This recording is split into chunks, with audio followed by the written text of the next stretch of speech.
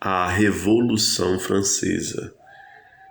A Revolução Francesa, ciclo revolucionário que aconteceu entre 1789 e 1799, foi responsável pelo fim dos privilégios da aristocracia e pelo término do antigo regime. A queda da Bastilha aconteceu em 14 de julho de 1789 e foi um marco que espalhou a Revolução pela França. A Revolução Francesa é o nome dado ao ciclo revolucionário que aconteceu na França entre 1789 e 1799, que marcou o fim do absolutismo nesse país. Essa revolução, além de seu caráter burguês, teve uma grande participação popular e atingiu um alto grau de radicalismo, uma vez que a situação do povo francês era precária em virtude da crise que o país enfrentava. A Revolução Francesa foi um marco na história da humanidade, porque inaugurou um processo que levou à universalização dos direitos sociais e das liberdades individuais, a partir da Declaração dos Direitos do Homem e do Cidadão. Essa revolução também abriu caminho para a consolidação de um sistema republicano pautado pela representatividade popular, hoje chamado de democracia representativa. A Revolução Francesa só foi possível graças à popularização dos ideais do iluminismo.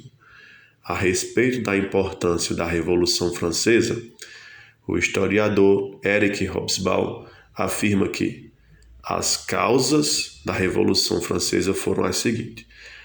A Revolução Francesa foi resultado da crise política, econômica e social que a França enfrentou no final do século XVIII.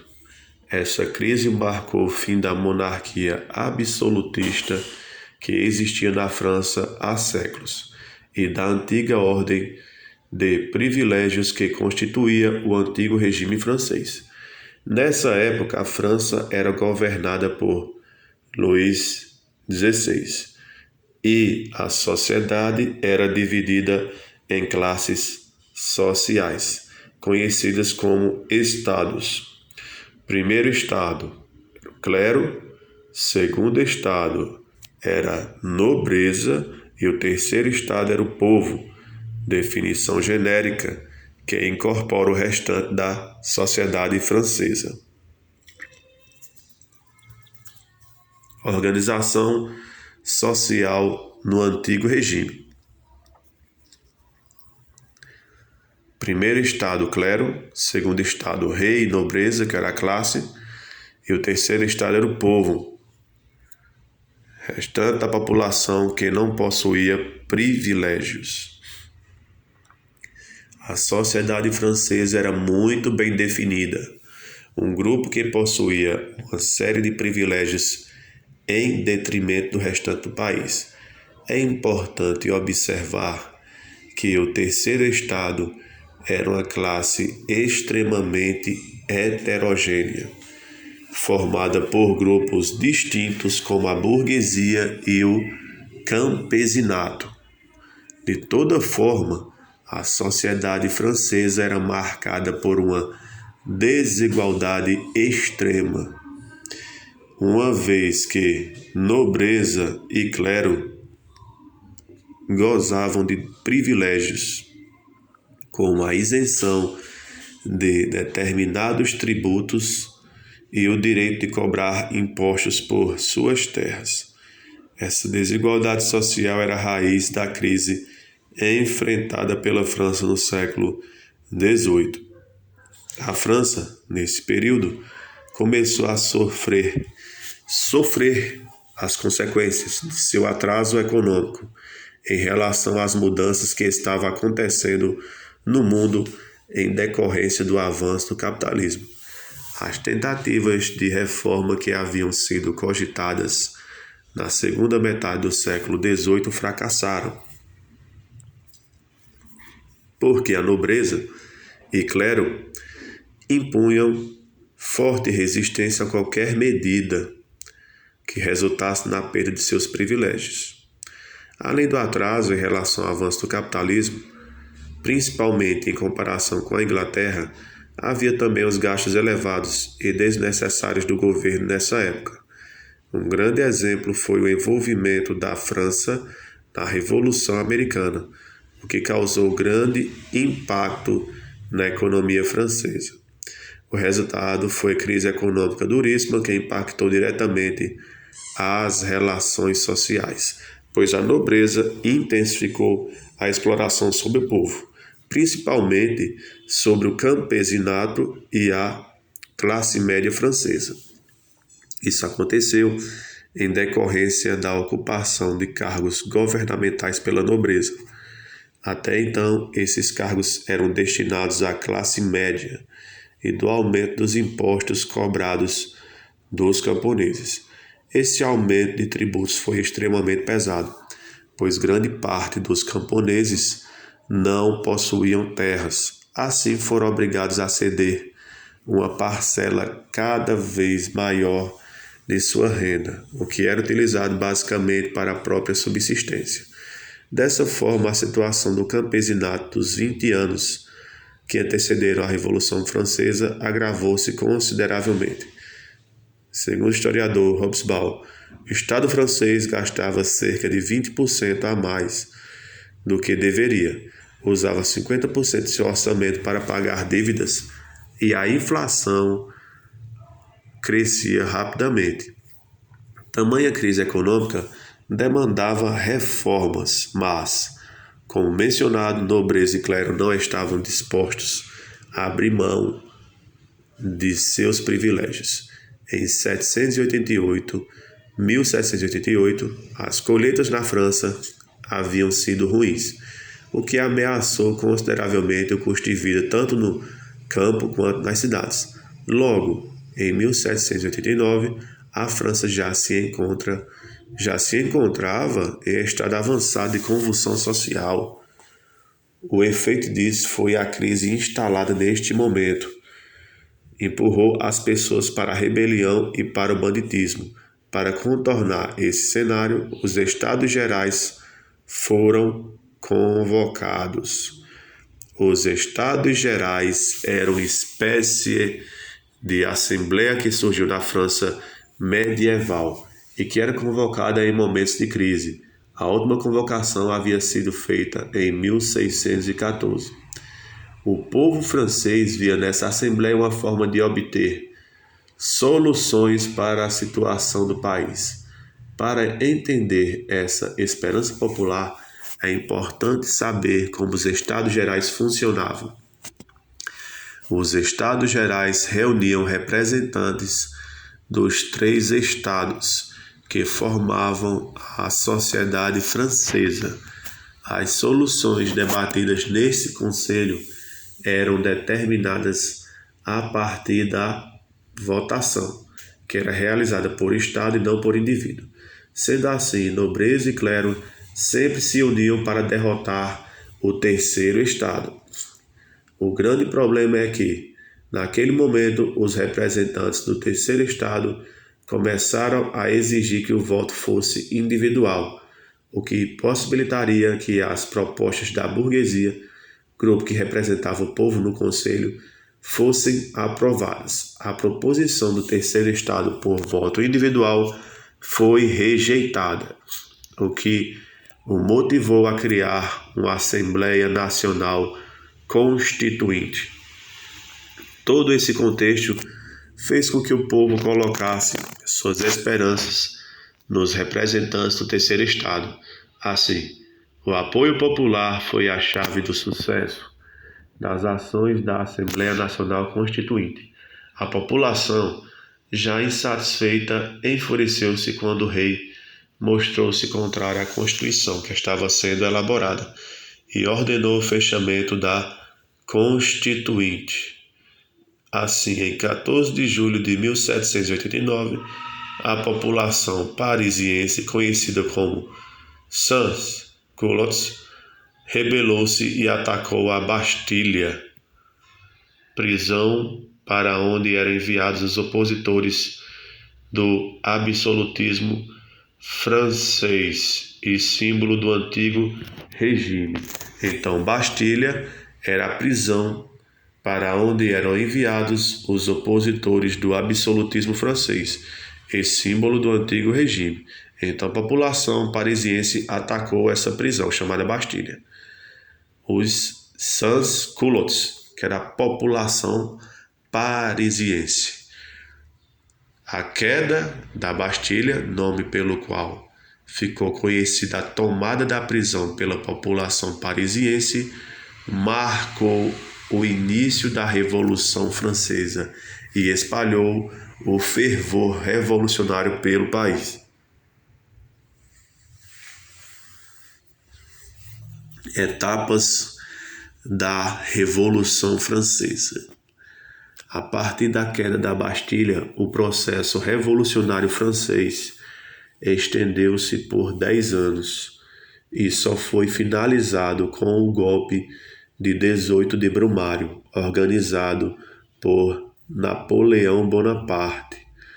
Toda a extensão do processo revolucionário francês é organizado em 3 fases. 1. Assembleia Nacional Constituinte e Assembleia Legislativa, de 1789 a 1792. 2. Convenção, de 1792 a 1795. E 3.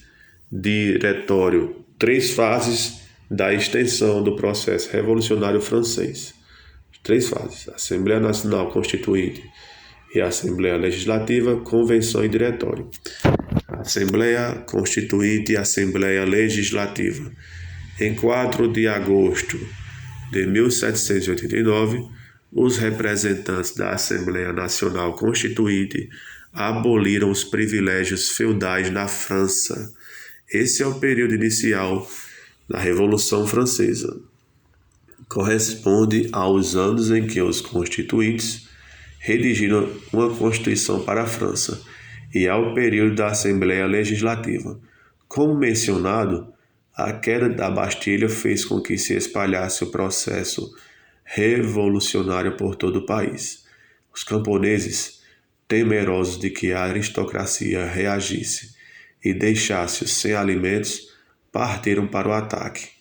Essa investida, conhecida como um Grande Medo, aconteceu entre julho e agosto de 1789 e foi marcada por ataques e saqueamentos contra propriedades de aristocratas e muitas vezes pelo assassinato dos donos desses locais. Os camponeses lutavam pelo fim de alguns impostos e exigiam que fosse garantido a eles o maior acesso aos alimentos. A fome era um problema grave entre o campesinato. Com a radicalização do povo nesse contexto, uma série de mudanças aconteceu na França. Os privilégios feudais foram abolidos no começo de agosto e, no fim desse mês, foi anunciada a Declaração dos Direitos do Homem e do Cidadão. Talvez a Declaração dos Direitos do Homem e do Cidadão foi o documento mais importante de toda a Revolução Francesa, a Declaração dos Direitos do Homem e do Cidadão. Esse documento determinava, teoricamente, que todos os homens eram iguais perante a lei. A radicalização popular fez com que a classe média e a burguesia francesa assumissem uma posição conservadora como forma de frear o ímpeto do povo. Já a nobreza e o clero iniciaram uma fuga em massa da França, mudando-se para países como Áustria e Prússia. Além disso, começaram uma conspiração contra-revolucionária que tinha como objetivo reverter as mudanças que estavam em curso. O próprio Luís XVI tentou fugir da França em 1791, mas foi reconhecido quando se aproximava da fronteira com a Bélgica. Depois de recapturado, foi reconduzido ao Palácio de Tuileries, localizado em Paris. Esse era o local onde o rei morava desde 1789, quando os revolucionários obrigaram-no a abandonar Versalhes. Nesse período, os revolucionários também atacaram os privilégios do clero por meio da aprovação da Constituição Civil do Clero em 1790.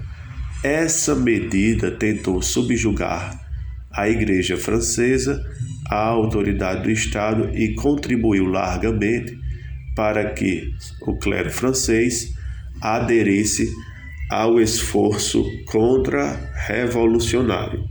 As tentativas de barrar a radicalização da Revolução tornaram-se claras quando foi promulgada a nova Constituição Francesa em 1791. Era transformar a França em uma monarquia constitucional e frustrou aqueles que esperavam que a França seria uma república com ampla democracia. Com isso, a Assembleia Nacional Constituinte transformou-se em Assembleia Legislativa. Consolidaram-se, então, os dois grandes grupos políticos que marcaram a Revolução Francesa: girondinos e jacobinos. Esses grupos possuíam visões radicalmente diferentes em relação à condução do processo revolucionário. Os girondinos entendiam que as mudanças deveriam ser contidas. Já os jacobinos achavam que as mudanças deveriam ser mais radicalizadas, ou seja, girondinos a favor de mudanças contidas e os jacobinos mudanças radicais. A Assembleia Legislativa também deu início à guerra contra outras nações europeias. O processo revolucionário francês era visto como uma grande ameaça por outras nações absolutistas da Europa. Assim, muitas começaram a conspirar a possibilidade de invadir o país. Antecipando-se a isso, a Assembleia declarou guerra contra a Áustria e a Prússia. A defesa da França foi realizada pela Guarda Nacional, tropa criada em Paris no começo da Revolução. Essa declaração de guerra, que aconteceu em abril de 1792, abriu caminho para a radicalização da Revolução Francesa e deu início a um período conhecido como Terror. O clima de guerra empurrou a sociedade francesa para o lado dos jacobinos e dos sans-culottes. O resultado disso foi que os sans-culottes organizaram-se, derrubaram a monarquia francesa e instauraram a República. Convenção. Robespierre, líder dos jacobinos e grande nome do terror, foi guilhotinado a mando dos girondinos. Ele era líder dos jacobinos. Robespierre. Com a instauração da República na França, a Assembleia Legislativa foi substituída pela Convenção.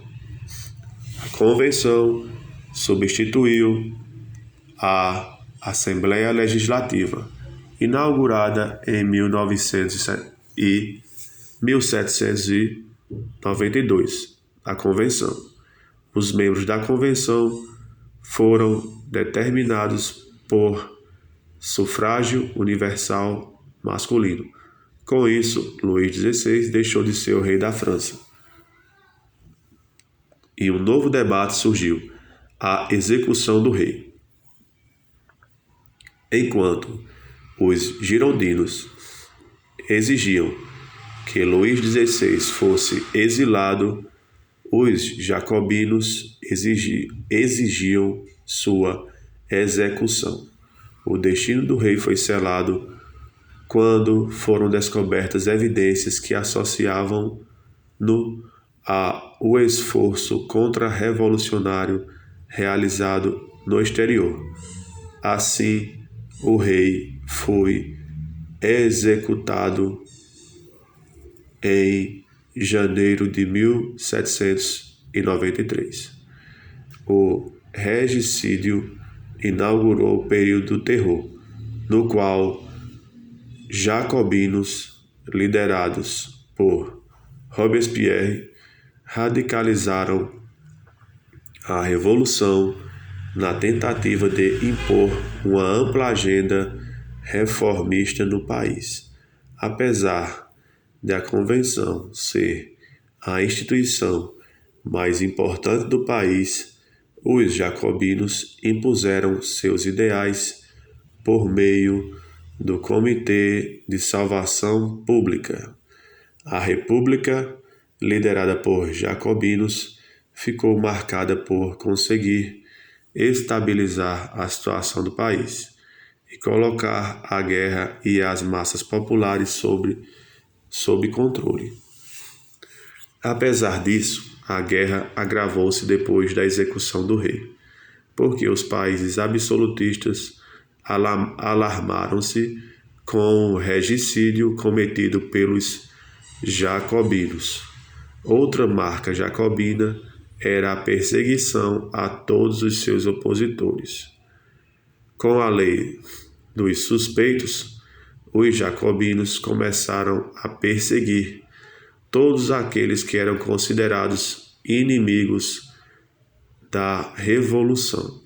Os suspeitos eram julgados e, se condenados, eram guilhotinados. A fase do terror foi responsável por 17 mil mortes em cerca de 14 meses. Foram abolidos os privilégios feudais que existiam no país e imposta uma economia de guerra. As medidas na economia, no entanto, atrasaram o desenvolvimento capitalista da França.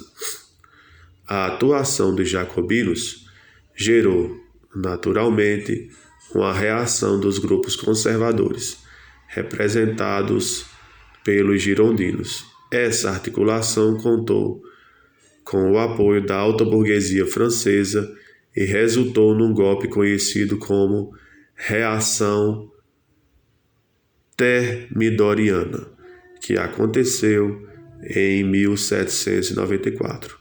A atuação dos jacobinos gerou, naturalmente, uma reação dos grupos conservadores, representados pelos girondinos. Essa articulação contou com o apoio da alta burguesia francesa e resultou num golpe conhecido como Reação Thermidoriana, que aconteceu em 1794.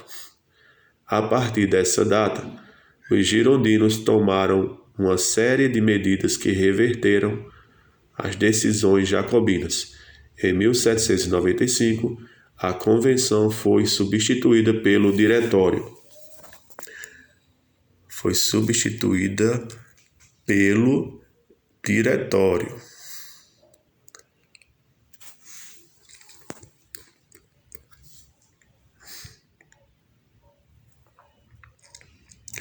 Com a reação thermidoriana, vários jacobinos, incluindo Robespierre, foram guilhotinados. Com a reação thermidoriana e a convenção sendo substituída pelo Diretório, vários jacobinos foram guilhotinados, incluindo Robespierre. Diretório. Com a derrocada jacobina, os girondinos e a alta burguesia francesa redigiram uma nova constituição para a França e restauraram algumas medidas, como o voto censitário. Foi um período autoritário no qual o exército francês foi utilizado várias vezes para reprimir o povo. Além disso, houve resistência às tentativas de golpe por parte de jacobinos e monarquistas. Com a derrocada jacobina, os girondinos e a alta burguesia francesa redigiram uma nova constituição para a França e restauraram algumas medidas, como o voto censitário. Foi um período autoritário no qual o exército francês foi utilizado várias vezes para reprimir o povo.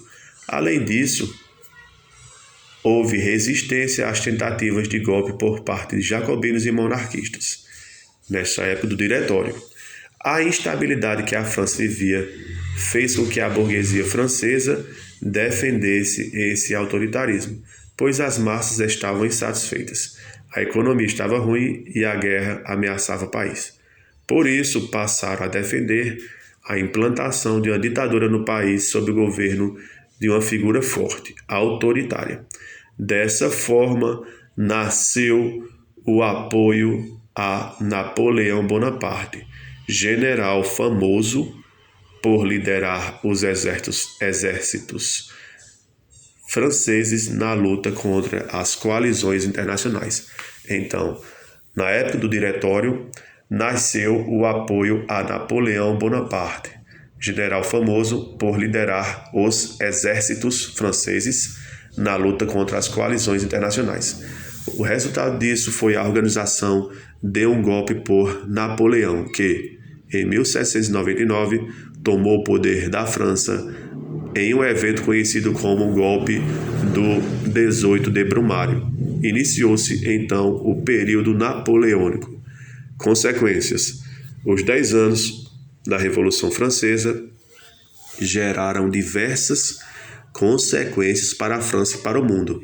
Algumas consequências de destaque foram: fim dos privilégios de classe na França, fim de qualquer resquício do feudalismo no país e início da consolidação do capitalismo, início do processo de queda do absolutismo na Europa e na França, inspiração para movimentos de independência no continente americano, popularização da República como forma de governo, separação entre os poderes e imposição das liberdades individuais, que tornavam os homens iguais perante a lei.